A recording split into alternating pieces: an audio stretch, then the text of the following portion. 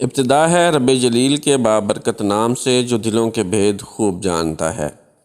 دیکھتی آنکھوں سنتے کانوں صابری میاں کا سلام پہنچے۔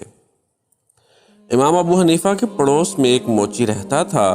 دن بھر کام کرتا، رات کو گوشت یا مچھلی لا کر بھونتا اور کھا کر شراب کا شغل شروع کر دیتا۔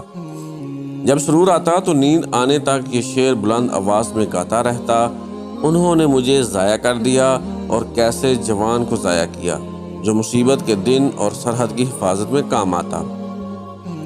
امام ابو حنیفہ ساری رات نماز پڑھتے تھے۔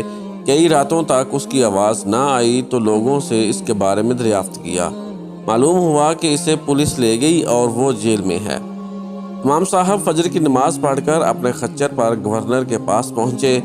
امیر کو معلوم ہوا تو اس نے کہا کہ انہیں سوار حالت میں ہی اندر آنے دو اور جب خچر فرش پر آ جائے تب وہ اترے۔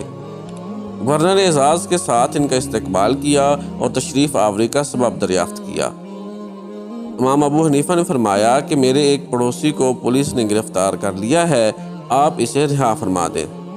گورنر نے کہا نہ صرف وہ بلکہ اس رات سے آج تک جتنے لوگ گرفتار ہوئے ہیں میں ان سب کو رہائی کا حکم دیتا ہوں۔ امام ابو حنیفہ اپنے خچر پر واپس ہوئے۔ موچی پیچھے پیچھے چل رہا تھا۔